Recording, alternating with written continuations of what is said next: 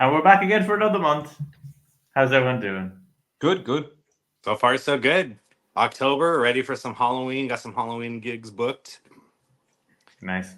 I don't know how it is for you guys. You tell me yes or no. Is October 26th like one of the busiest days of the year for you as far as gig inquiries go, or is it just me?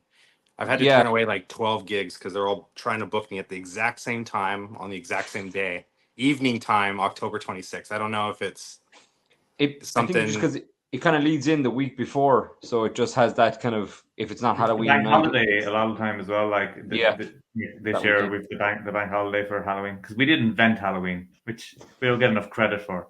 Samhain all the time. But yeah, I haven't gotten any because I've told everybody I've had ankle surgery. I can't walk. So I that's know my Dave's got Halloween. that nice boot on. Yeah, I have a lovely little scooter beside me that I've been using to like scoot around my house, which That's is his hog. great Oh, fun. there you go. Is it Look, one of the kneelies? So you put your Yeah, knee you on? kneel on it. It's so much better. I can carry a cup of tea. Um, but yeah, I've not been looking or getting inquiries. I've like blocked off the next like 2 and a bit months. So fun times. Grant. So, what's the crack today, boys?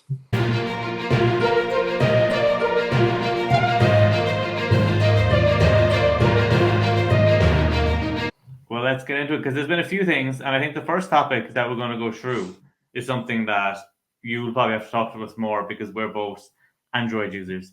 But there was an iOS 18 update that seemed to have been a bit toxic of an upgrade. And cut.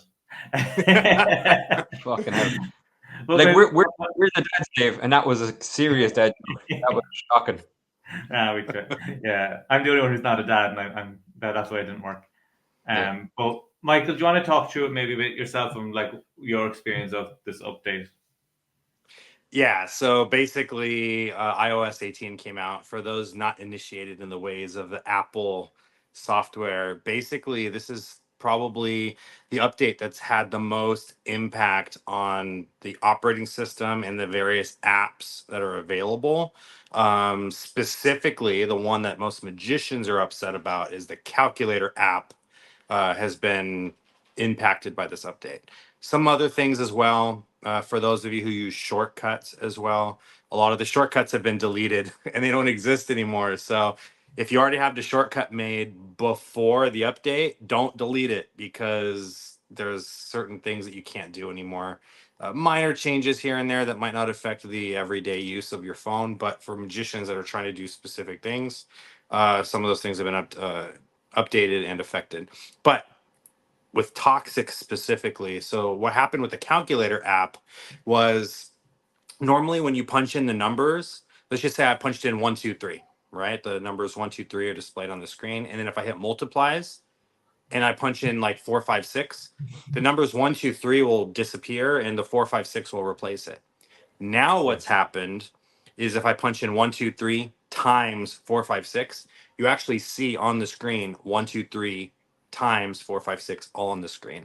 So for those that are using Toxic, this is a complete break of the effect because you're going to see that entire equation that Toxic uses to operate displayed right in front of you on the screen. So there's been a lot of workarounds for it. There's a lot of different magicians that are putting out different ideas and things to fix this. A good friend of mine, Dale Moore, and I put out our own solution to it called Toxicless. Basically, just the same idea, the same presentation, the same routine, but instead of using the calculator to run the equations, we have the equations running in the background. And like I said, there's different ways around it. We use shortcuts. Someone else sent me an performance the other day where they didn't use anything extra. They just copied and pasted from their notes. They just hit paste instead of hitting the equals button, and it just pasted it there. So there's workarounds for it. But from what I've seen too, Toxic is not the only one that's been affected. There's been a lot of different magic apps and things that don't really function right anymore because of this update. So basically, anyone that's using iPhone to perform a lot of these effects, they're running around with their hair on fire right now because they're trying to figure out solutions for it. Um, I know you guys probably don't have too much feedback because you're not using it.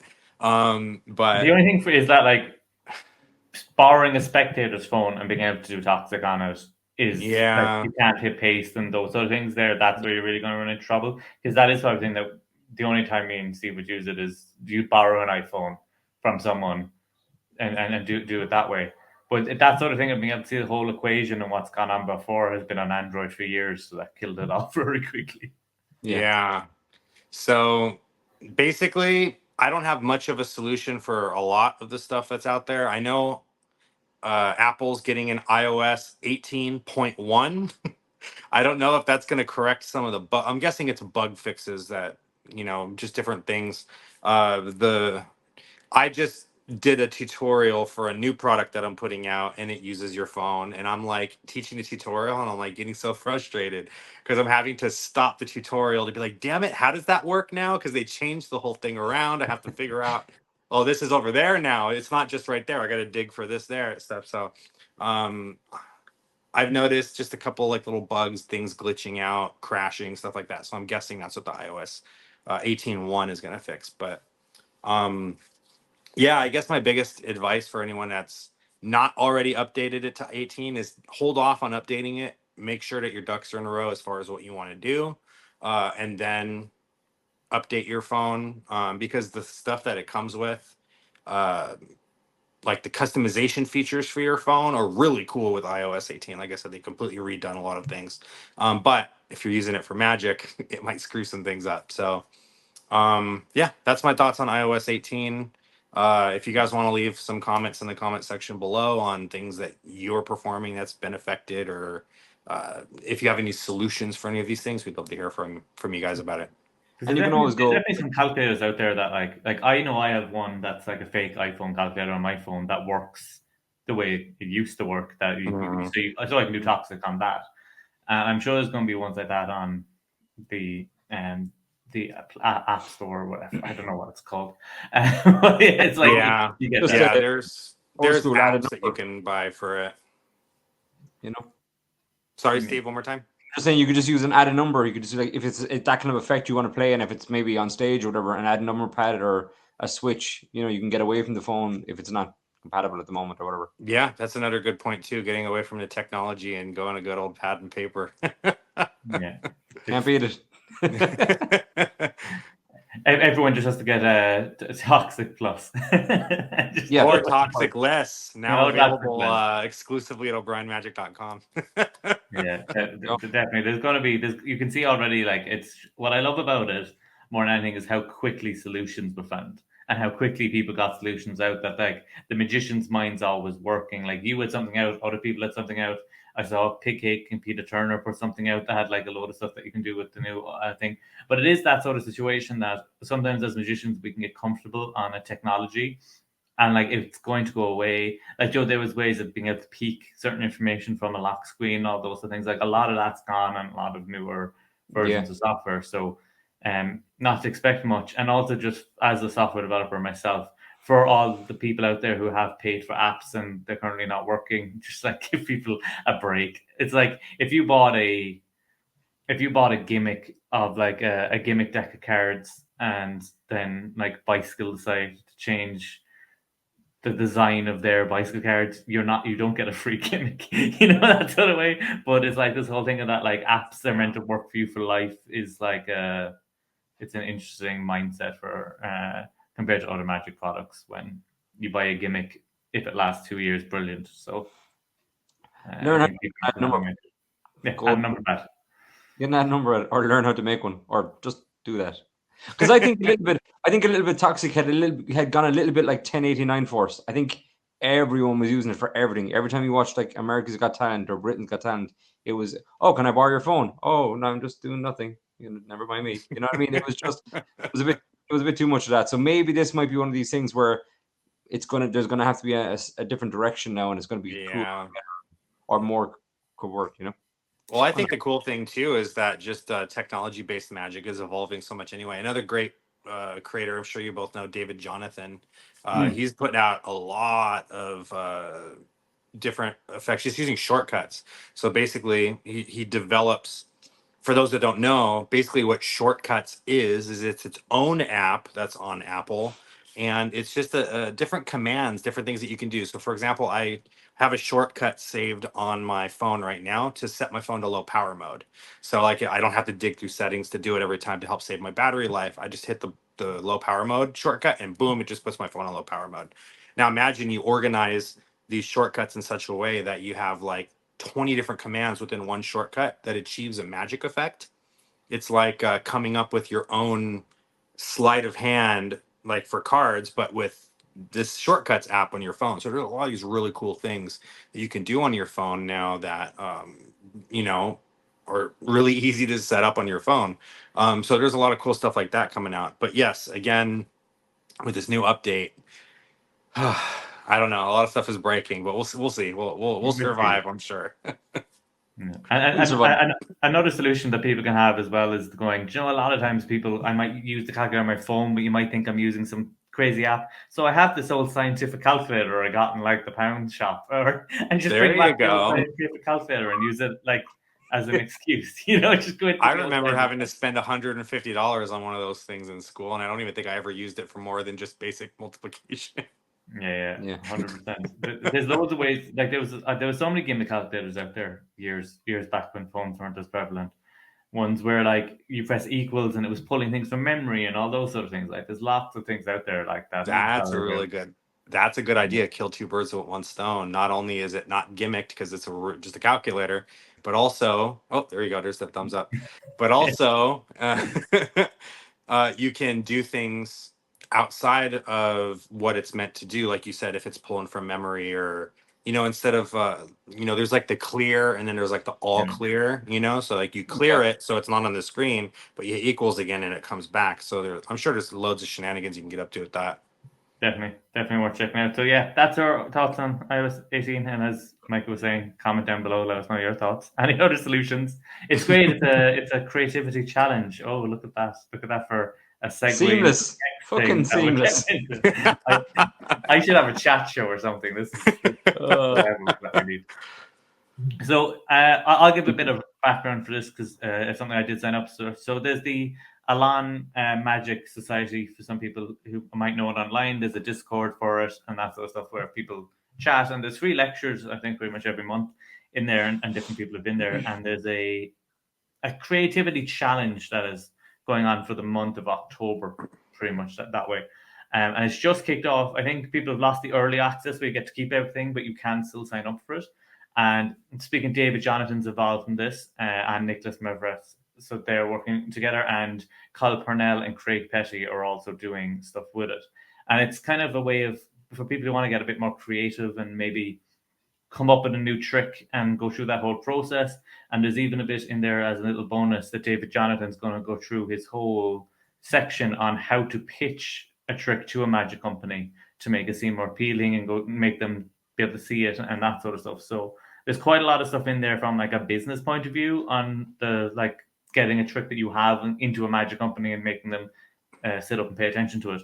But also just there's going to be lots of things on like creative thinking and like deconstructing effects and coming back up with your own versions and that sort of stuff. So it seems like it's a really cool community. There's a WhatsApp community where people are chatting crazily in there and stuff.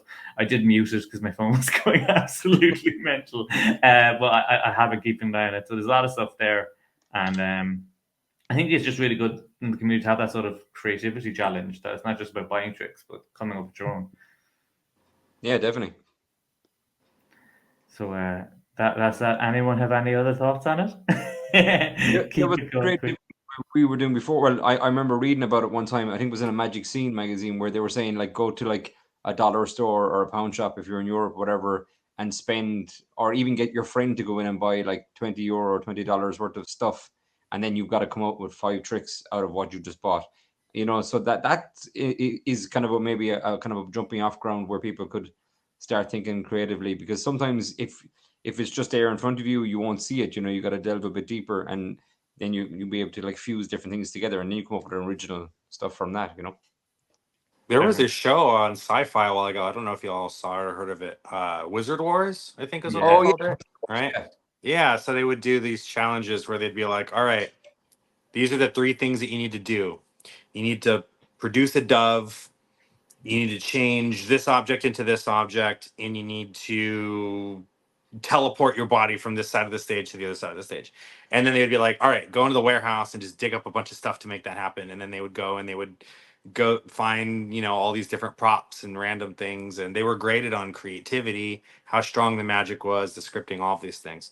So yeah, there's some really cool creative thought exercises and things that you can do to just improve your own magic as well. But it sounds pretty cool that they're putting this whole thing together to kind of encourage that. That way, we're not going out and copy paste performing exactly the same thing that we've learned from the same 20 magicians. We're doing it in the exact same way, and it's don't be a clone of whoever you learned it from. Be yourself, and inject your own personality into your act. So that's wonderful.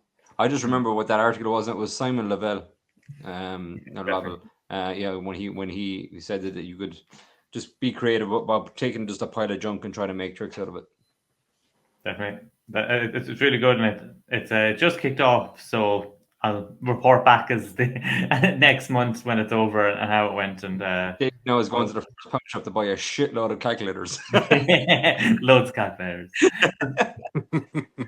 I that sort of stuff. And like one things as well that we're going to touch on here is the new Murphy's Magic and Titanis release, Stitch, which I'm sure everyone has seen the trailer, but for people who haven't, it's the tube goes on the finger, blades go through, and then you can remove part of your finger. I guess it's like the classic old trick of removing your thumb, but Jesus.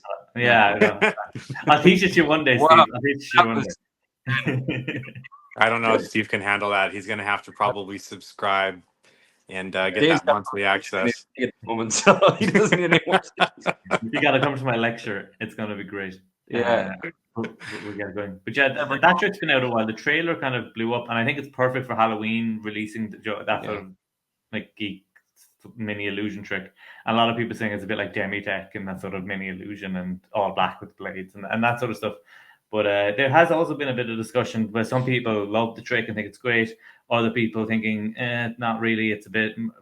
Some people might think that like it's not the most fooling thing, but that can be thinking like a magician. Other people are saying it's brilliant for social media, but they're not sure about it in person. I was wondering from like what you've seen of it. What are your sort of thoughts? Yeah, I just thought it was kind of a cool kind of guillotine kind of idea. I liked it. I thought, I mean, as soon as I saw it, I was like, okay, I know how that's done. But like, it's still, I still think it would play kind of, and it's shock value. But I think if it was one of those bespoke kind of things and you had the concept, I think I would have had them made it like a cigar cutter, because now it's got a purpose. You've got a cigar, you snip it off, and you go, did you ever see how sharp these things are? You know what I mean? And it has a reason. I think the tube is very like, it might be like from a magic set. It might look like that. I don't know though. I don't have it. You could decorate it maybe to look like a cigar case. Maybe you pull the cigar out first to be like, here, let's try something with this. I don't know if it's possible. I don't own the product. Yeah, something like that. But hey, look at my little tube. It's going to be a bit like, what's that? You know what I mean? Yeah, you could decorate it up yourself. And I think like, not to go into like method and stuff, but when you are holding a black tube over here and there's a bit of finger sticking out of it and everyone can see your 10 fingers, that like there's obviously some sort of gimmickry going on there. And there has been people that, like, some of the feedback I've seen from it was saying that like if you have quite stumpy or like quite square fingers, it might work great for you. And I know sometimes as well, like if there's a bit of nail showing and you have your nails done or that sort of stuff, you might want to make sure the gimmick is matching, but then you can only use it when you've got that color on or something like that. Yeah. So that trick that was on Penguin with the pen through your finger where you cover it with the card. Remember? Yeah. I think Matt Johnson then like relaunched it or put it back out there or whatever. And that was cool. I mean, that's the same kind of idea, I guess. Do you know what I mean? That would be maybe a precursor to doing it this way. And you could play it up saying, I had this thing when I was a kid and I got in a magic set, but now that I'm a magician, I can do it this way. And then you just do it. You could actually play to the fact that it's a toy per se, and now you're going to do it for real. Yeah, that's an interesting way to look at it too. It reminds me, there was something else. I'm trying to remember what it was. There was something else I remember seeing. I think David Regal maybe did something like this, where he took out some little toy and shows you, this is what you get inside of a magic shop. It comes inside your magic kit. Everyone's had this, and now that I'm a grown up magician, like the gag is we never grow up. I get to spend my money on the big boy, magic set, and these are the nice versions of it or whatever. And you have some kind of way of kind of exposing how the original little thing is done, and then when they see this version, it looks the same, but then you go, oh, but it doesn't do that, you know. Yeah. And so, you know what it kind of reminds me of? It's not the same presentation, but it's kind of a similar thought idea. Have you guys seen the I think it's called the invisibility zone or something like that. It's like a little box, Oh yeah. stick a pencil Oh, yeah. through. You see the Yeah. pencil go all the way through, and then you open the box, and it's hollow. I think that's a It's like Tenyo empty trick, inside. isn't it? It's like a spring. Yeah. Yeah, It true. kind of reminds me of that. It's like they said, I want to do that, but I want to do it with my finger. Yeah. So is it a cool trick? I think it's absolutely a cool trick. Yeah. I don't own it, so I hesitate to comment on the examinability of it. I hesitate to comment on, is it got good performance angles? Can you do it surrounded? I don't know any of that stuff yet. If you do own it, let us know what you think about it in the comment section. If you think it's worth reviewing, either myself or Deceive Reality could probably do a review about it. But if the interest is there, I think it might be something worth exploring. It's just Yeah, out. It's just Yeah, out. I think David Penn did a performance of it on his social media, did quite well. But what I liked about his one is, like, obviously in the trailer they want to show how clean it is, so they take the finger completely off and all that sort of stuff. But he did it in a way where he just tilted it a little bit first, so you can just about so it's like it's almost possible that you're doing some weird finger manipulation for this to work, and then he like moves it slightly, and I think it looks magnetic or something like that, so you can like slide. It's like you sliding your finger, so it's instead of like the sawing a person in half and fully separating them, it's more like the zigzag illusion type So like So, sliding it across and then putting it back. yeah. So it's like I think a lot of ways of just doing it in that sort of subtle way where people, because if you just go boom, my finger's over here, it's almost too impossible for people. That like I like it in that sort of subtle way. But yeah, I think it's a really cool sort of trick. I think if that was something that was like released at Blackpool or at a Magic convention, everyone would be in the bar. It'd be the that night. trick of the Like, trick of the convention. so it's got Yeah. that toy factor. Everyone was Well, doing this thing at Blackpool, remember? yeah. With the little The bone. bone. Oh, That's it. genius. I like that. I almost bought it one stage, but I bought too much, so I left it off. But yeah, it definitely looks good, and I'd be interesting to see it. Maybe Santa might bring me one. Who knows? Unless you're Sam, then you don't even need to gimmick. Crazy Sam taking his fingers off, moving them around, moving the ring from here to this finger and all that. Yeah, you don't even need to gimmick. You're born with the ability to do it. Yeah, or Nicholas Lawrence's on-off with the thing that was out before that was mental. So yeah, because as Steve was saying, you can probably put together a whole routine with it where you do it that way, and then you do like an on-off, and then Crazy Sam's finger. Just like I think you need to. I think if it's just a standalone, people are like, oh, I get it. It's cool though. You know what I mean? But I think it needs a little bit of. I'd probably put it like maybe in the middle and then do something weirder at the end or something. I don't know. Yeah, definitely. It's quite cool. If it's super simple to do, I could also see it being a fun toy for a hobbyist to play with and just show their friends or something. Yeah, definitely. Like for our kids' Halloween party as well, I think it could play really well. That sort of thing. I think it'd be that sort of thing. I think for the right environment, for the right performer, like I don't think it has much mentalism application, so I'm not sure for myself. But for, do we know the price point on it? Do you happen to know off your head? I'll double check it. Stitch. I think it was $50. But I will double check. It sounds about right. $50 for gimmicks and instructions and all that. So in the trailer, because I only saw the first one that came out, or whatever, but I presume they have like alternative handlings for it. It's not just like this is one effect. Yeah, and they have one on the table that looks really cool. Where you have your hand flat on the table, you push in the blade, and just slide the top of your finger away, which looked quite good. It's $45 or $44.95 on Penguin. That's not too bad. Yeah, because some people I heard complaining that the price is a bit high, but I thought that I think that's about right for it. $45 is about what you're going to spend if you get gimmicks in the box, all loaded and ready to go, with not having to like do any arts and crafts. $45, $50, even $60 these days is pretty standard. So if people are complaining, it's just $45. It's like, what are you buying? This is how much 100%. Magic costs. Yeah, like you can see all the R&D and research and molding and the amount of bulk orders that would have to get something like that made up in a Chinese factory. That's a question I and the always have. video. Yeah, and the video. I You know, always have that sort of thing for like magic companies going to like some factory being like, hey, so we want to make a wallet, but we want it to have a little slide so we can slide stuff into it secretly and put it. It's like, or we want this sort of gimmick that illusions. It must be the weirdest thing for those factories to hear. I yeah. having, and I don't know how much I can say, so I'm going to say just a little bit. But having worked with Matthew Garrett, who does this, he has all of his ninja gimmicks produced in China. I know for him, the thought in the back of his mind is always they could very easily just mass produce this and sell this themselves because I'm giving them the blueprint for my. It's like giving away the blueprint for your secret and Yeah. just praying, please, please, like find this uninteresting. It's just a metal ring with like a finger ring linked onto it. That's weird. Please Yeah. think that this is something dumb so that you don't, go into business for yourself. I know that that's always a thought in the back of your mind. But Especially for yeah, I can easy things imagine. like that. Like at least Ninja has the routine that like you still need like his instructions to be able to do it well. But some stuff that Yes. is a bit toyish that like Yeah. really scared that can be tough. Yeah. Having said that, though, we've seen a lot of knockoffs on the market. Yeah. So, So but even look at the his like delights. part of being a creator. What's that, Steve? I'm just saying, look at delights from Rocco, like when they first came out, and then All over the place. Yeah. now, like literally everywhere. In every color, flashing lights, super bright, all of that stuff. Yeah. Absolutely. But yeah, it looks cool. Another big release from Murphy's. So if anybody's any other releases they want us to talk about as well, comment down below and we can talk through it.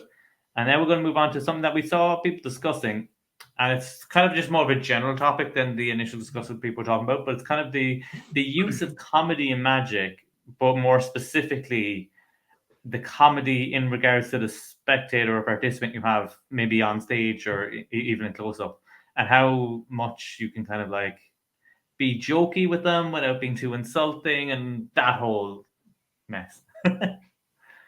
I think a big part of it is the performer. You see, Yeah. like Gazzo, for example, he's taking the piss out of everybody in the audience, and they Yeah. are loving it. I tried to do Gazzo's routine. People are going to be like, "Who the hell is this asshole?" I think it really matters on who the performer is and who the audience is as well. Performing on the street, in the middle of Bath, Yeah. and you're just over the top character is different than performing at a backyard, someone's home, they hired you to be there, everyone is dressed up nice. It's different. Every performer is different, every performance is different, and every audience is different, so you got to kind of know yourself, what you Yeah. can get away with and what you can't.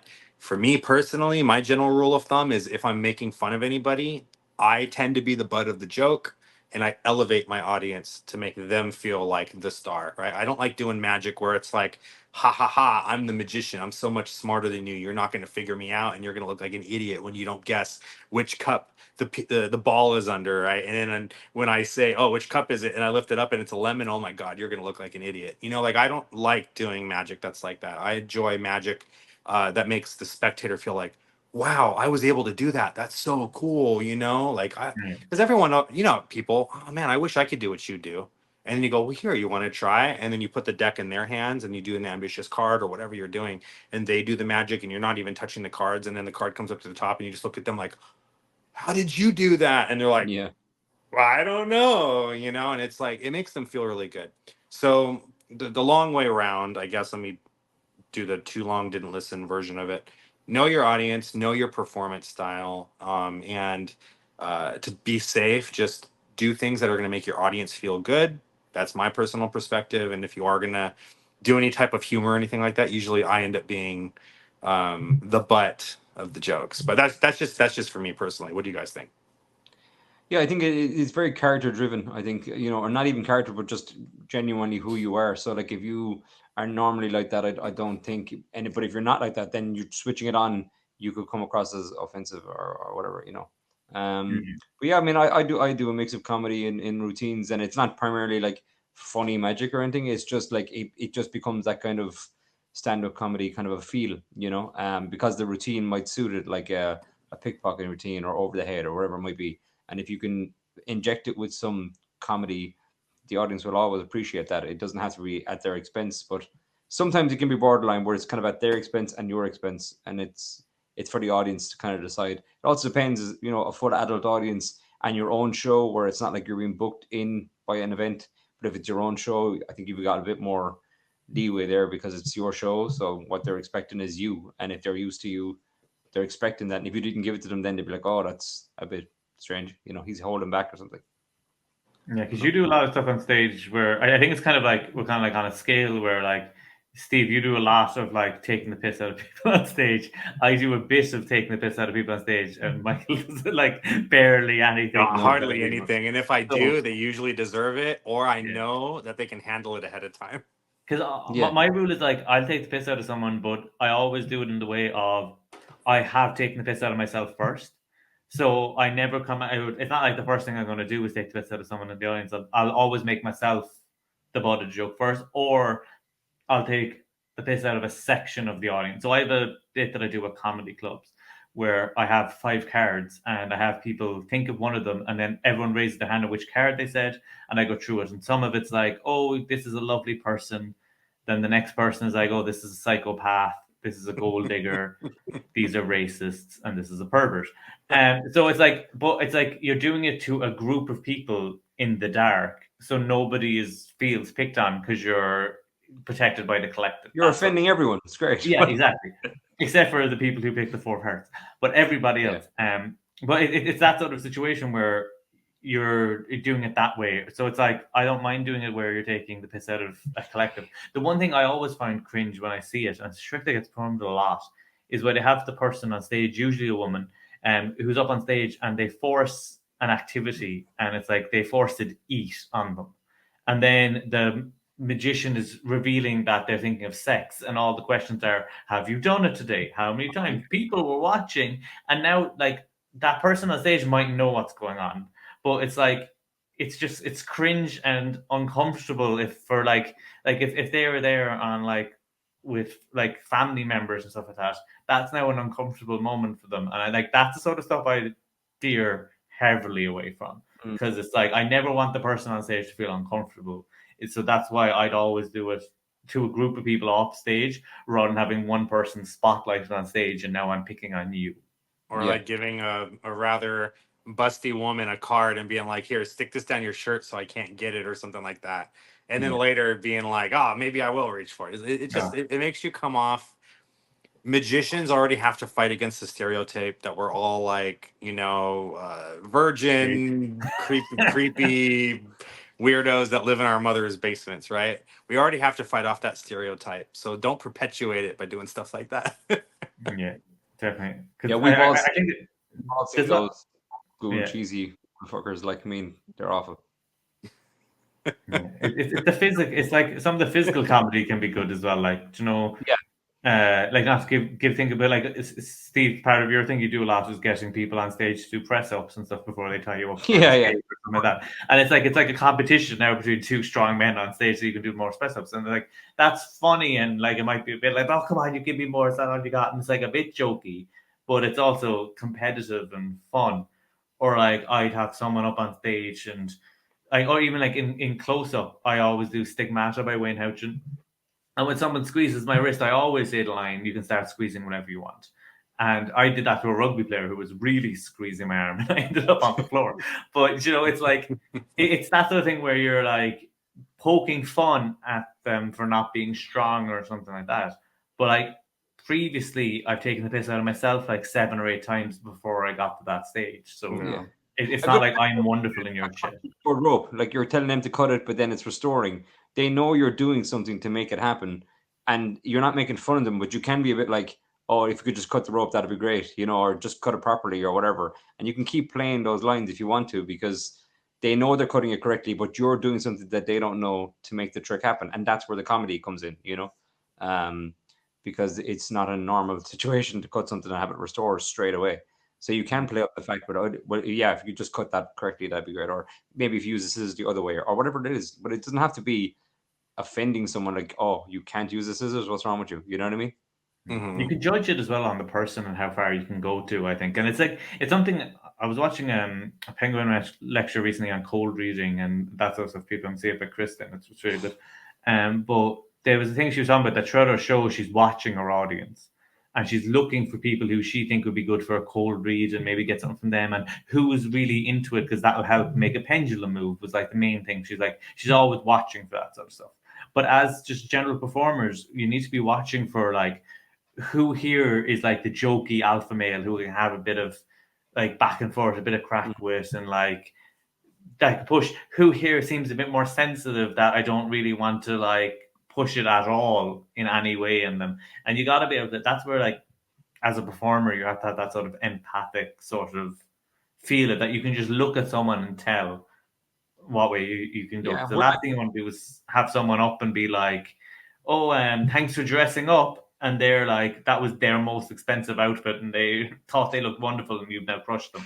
You know, it's like you want to watch that sort of stuff because Yeah, you have to remember as well that like we're on stage a lot. When we a lot of close-up guys aren't, but majority of the time, there is magicians on stage, and we're used to being on stage. It could be the first time they've ever been on stage. It could be the first time they've stood in front of an audience.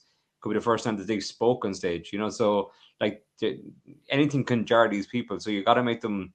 I used to even just say to them, don't worry, I'm not going to make fun of you or anything. Just say to them like off mic, kind of just as they come up, thanks for coming up. It's going to be great fun. And then I maybe will make fun of them, but I've told them that it's going to be okay. You know what I mean? They know that it's all in fun. It's not. Yeah, You're there's not out to nothing. destroy this person because you have a personal, Yeah, thing against them or something. yeah. I mean, and obviously, if it's a heckler or something, you can do whatever you want. But that's the balance. But I think it's so much down to your experience on stage. People trying to be funny on stage and it's not natural and it doesn't flow. It looks way worse. I mean, if that's who you are and you can't be funny, then just do the magic and do it well. You don't have to add comedy. Now, if you do add comedy, you can use it as misdirection and it's got benefits, but you don't need it. I think listening to your audience for feedback is something that a lot of us don't do as well, that we should probably do more of. I've been at shows like at the Magic Castle, for example, where the person up on the stage thinks that they're killing the audience. And I'm looking around and the audience is like, I don't know how I feel about this. Like they're all looking, you could tell like it's awkward, right? Like, okay, it was funny the first time, but he keeps saying it. So now it's just kind of getting kind of awkward and cringe, and it's like, you have to be able to gauge what the audience is feeling when you're performing certain things for them. And obviously the more you do it, the more you fit into your flow and everything. But these magicians that are performing at the Magic Castle doing this, they shouldn't be road testing new material. This is their material that they've been doing for years. And I think some of these people are stuck in like the 90s and early 2000s with some of the humor and whatnot. And it's like, man, you gotta feel your audience. You gotta know how your audience is accepting the jokes and things that you're telling and evolve for the times. If you're doing like, I can't think off the top of my head, like, we'll say gay humor, right? Or you're making fun of someone, for being gay, for example, right? In like 2024, these are things that are going to trigger your audience a lot more because there's a lot more movements out there for, making people feel more accepted and more included in society. And you're basically coming off like a bigot on stage. Sorry, Not to say that you can't do gay humor, but if the butt of the joke is you're gay, therefore you're disgusting, like that's not fun for anybody, right? And like David kind of said, you can even be like, like I've had, people come up that are very clearly gay, right? And I'll be like, oh my God, like I love your shoes. Like you got to tell me where you got them after the show. Like a little wink, right? To them to just be like, you look great, like thank you for being up here kind of thing, and just like make them feel included and stuff like that, so that later if I were to say something that normally would kind of toe the line a little bit, they understand like, look, this guy's not being an asshole, he's just having fun with me, and he's just like you said, he's just we're playing the part of these characters and whatnot. So yeah, you gotta know your audience. I've said this like 1,000 times, so I don't want to say it anymore, but you just gotta and I make think sure that you know what you're doing. if you are a magician and you want to inject comedy into your act or whatever, don't watch comedy magicians. Be the magician you are and try to watch comedians. Watch how they, because like a comedian will say something like you were saying about your card thing, Dave, or whatever, and you're talking to the whole audience. You can say this guy doesn't get it, but you're pointing randomly into the audience. God knows, it could be anyone. Could be You're pointing between people, it like. might not even be a guy. You could be pointing at the wall, but they don't know. But you keep them playing that. Oh, that guy! Look at him explaining to that guy, or whatever. You're playing up the fact that this Yeah. audience is a unit. Is like you're kind of it's everyone is in one mix. So you can play that. A great example of that is someone, and like I can't remember where it was. I wouldn't name them anyway, but it was years ago. It is someone who was newer to Magic, and they were performing at something, and they'd obviously seen the thing where someone in the middle of a trick go 1 sec, and they go to the audience. They're like, the thing vanished, and it's going to appear in the box. You'll catch up in a minute. But when you do that, you do it to nobody. You're doing it like between people, but they did it to someone very specifically in the audience, and you're just like, that doesn't like now. That's like they're like they just call me a fucking idiot. That's like you know, it's like that's not good. Let me explain the act. You know what I mean?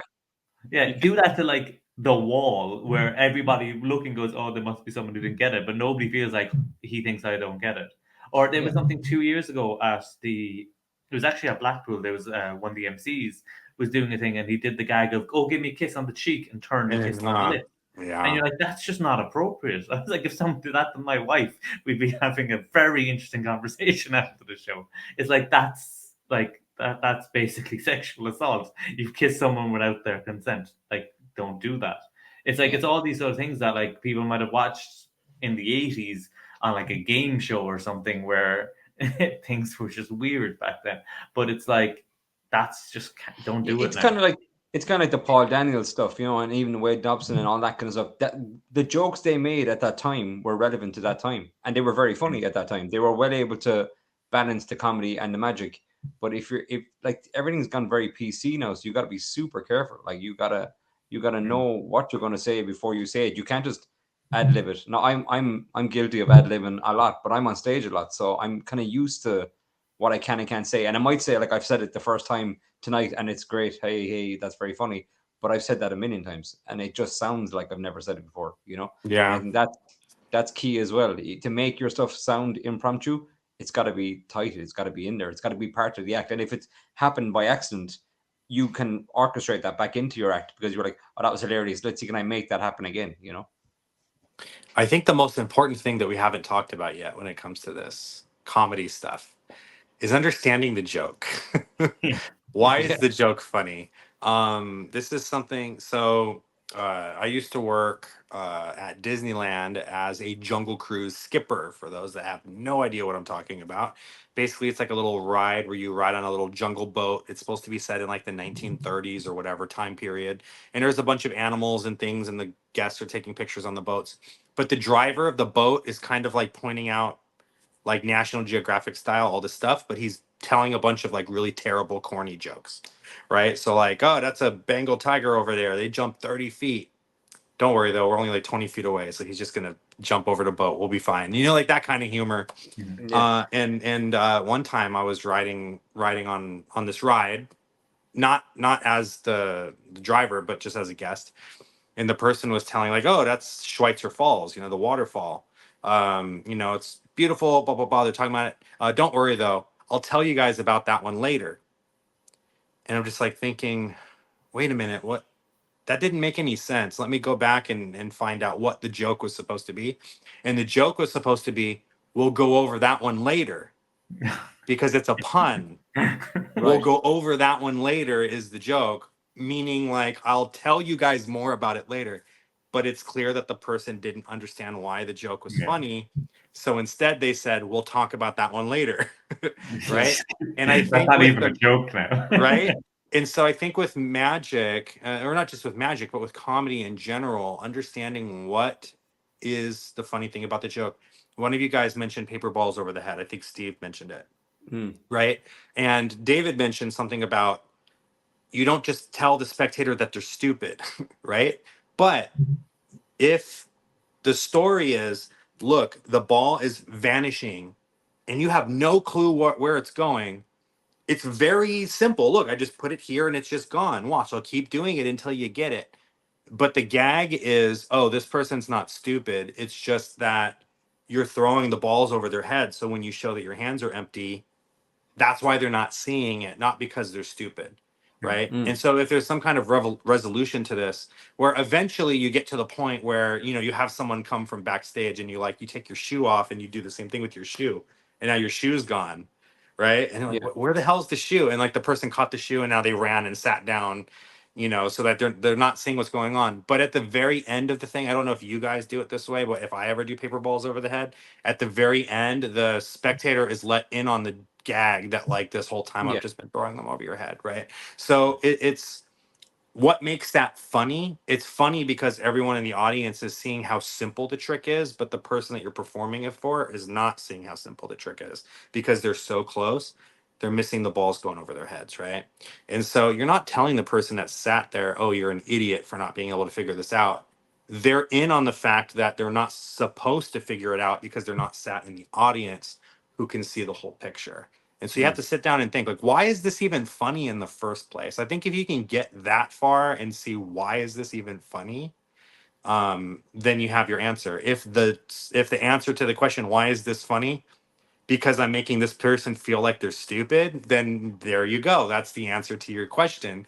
And now you got to ask yourself, do I want to tell people that they're stupid in my audience? And if that's the case, then, you know, if that's what you want to do, then go for it. But just know that there's going to be consequences when people are complaining about you after the end of your show. You got that crisscross there as well, where a comedian, magician, and a magician that does magic and comedy is sometimes different. Like people like Wes Barker will openly tell you to fuck off on stage, but that's part of that character. That's part of you know what he's doing. So it depends. You know, if they're expecting to see a comedian, they're expecting that. You know, they're expecting that back and forth and bit of heckling kind of thing.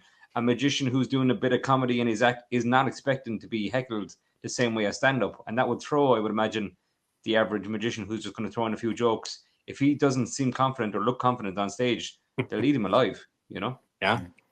There's a key thing as well that I think we can use to like summarize this whole thing up, and it's something Steve said at the beginning, and it's that it's like if you're not funny, don't do comedy on stage or like in your act. Just don't. And like that's a very harsh thing. But like I've talked to other magicians, and they're just like, I'm just not funny, so I don't do any jokes because I'm not.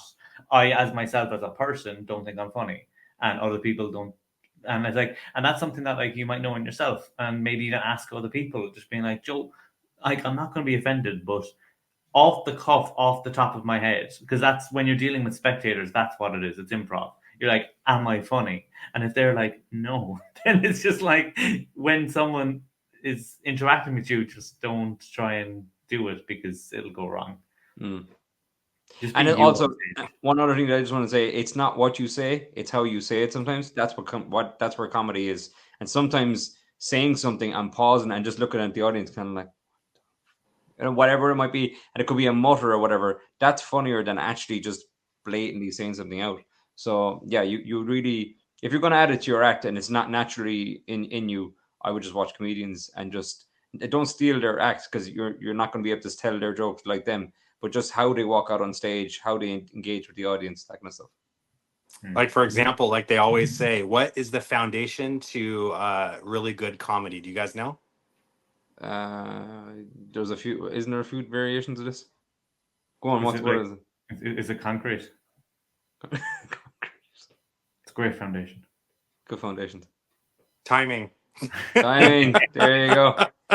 And There misery. is that It's a comedy line. of timing and Do you know misery, isn't it, or something?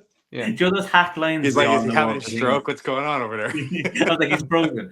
Do you know those hack lines you have of like Joe, like Craig Petty's an example where he might use the line, "Have you ever helped a magician before? You're not helping one now."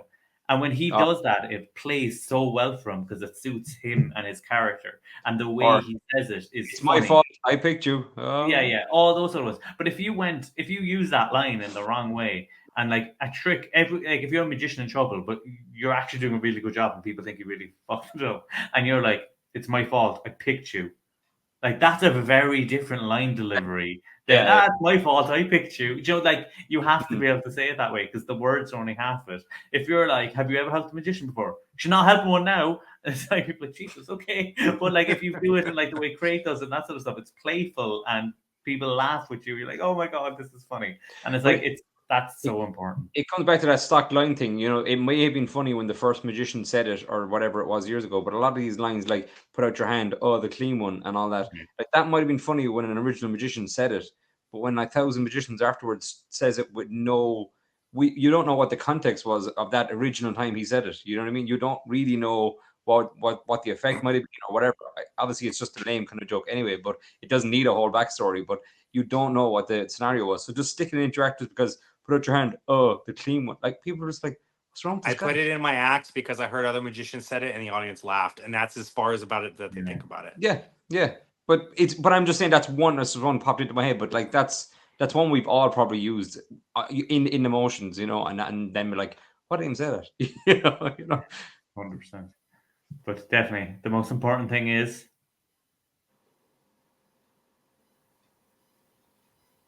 What is it?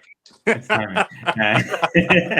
Just to see, that's it. Steel jokes. It works great. I was thinking, But yeah, I think that's all the ones we had covered. I think we covered them pretty well. So again, if people have stuff for next month, comment them down below. We are looking out for stuff and seeing how it goes. Depending on how well you're behaving or misbehaving, you might make it on the show. Who knows? Yeah. We could do a feature segment. Called Prick of the Week. We should do that. We should do Prick of the like month, I actually guess. no, that's gonna start drama. It's That would been be Steve. hilarious. It's though, been imagine. Steve the last few months, so we haven't had to publicize it. But Well, we have a couple of contenders already. We just haven't really talked too much about, so it would work. yeah, that's for the after dark episodes that we do when we stop recording. I have a kind of an internal thing that I don't talk about people that are below me. So stay there. So we leave it there for this month, but we'll be back again next month with more crack. Thanks so much. Peace out. That was actually unintentional.